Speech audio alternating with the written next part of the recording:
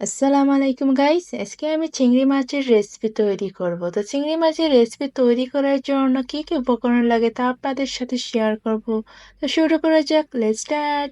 প্রথমেই আমি চিংড়ি মাছগুলো ধুয়ে একটি প্লেটের মধ্যে রেখে দিলাম। তারপর দিলাম হলুদ গুঁড়ো, মরিচ গুঁড়ো এবং লবণ দিয়ে ভালো করে মাখিয়ে নিলাম। দেখুন কি সুন্দরভাবে মাখানো হয়ে গেছে। এখন চুলাতে হাত চালিয়ে দিলাম, একটা কড়াই বসিয়ে দিলাম, দেন একটু তেল দিয়ে দিলাম।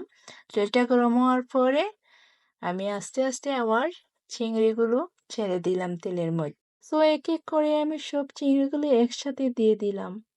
দিয়ে দেওয়ার পর কিছুক্ষণ পর আমার চিংড়িগুলো উল্টিয়ে দিলাম। দেখুন কি সুন্দরভাবে চিংড়িগুলো হয়ে গেছে।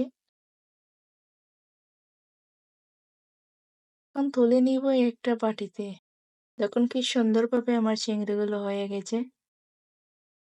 তারপর কিছু উপকরণ এড করব আমি, যেমন কিছু পেঁয়াজ বাটা, আদা বাটা, রসুন বাটা, কিছু মশলা, গরম মশলা আমি একসাথে ভিজিয়ে রেখেছিলাম, কিছু দুধ, লিকুইড দুধ। আগে যে কড়াইয়ের মধ্যে তেল ছিল, কড়াইয়ের মধ্যে আমিও পেঁয়াজগুলো ছেড়ে দিলাম বেরেস্তা করার জন্য। আস্তে আস্তে পেঁয়াজটা নাড়াচাড়া করে আমার বেরেস্তাটা হয়ে গেছে কি সুন্দরভাবে। আমি তুলে নিলাম প্লেটের মধ্যে। বেরেস্তা হওয়ার পর আমি আবার আরেকটি কড়াই বসিয়ে দিলাম। বসিয়ে দেওয়ার পর এর মধ্যে কিছু সয়াবিন তেল ঢেলে দিলাম। দেওয়ার পর তার মধ্যে কিছু গরম মশলা এড করলাম। দিয়ে দিলাম পেঁয়াজ বাটা, একটু নাড়াচাড়া করে দিয়ে দিলাম একটু আদা রসুন বাটা।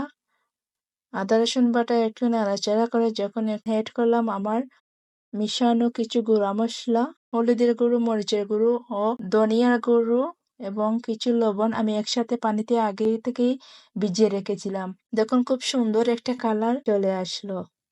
দেখুন কি সুন্দর মশলাটা কষিয়ে গেছে। ঢেলে দিব কিছু দুধ, ছেড়ে দিব আমার চিংড়িগুলো। আস্তে আস্তে আমার সব চিংড়িগুলো ছেড়ে দিলাম। কি সুন্দরভাবে হয়ে গেছে দেখুন আমার চিংড়িগুলো। আলহামদুলিল্লাহ। এখন আমি পরিবেশন করব।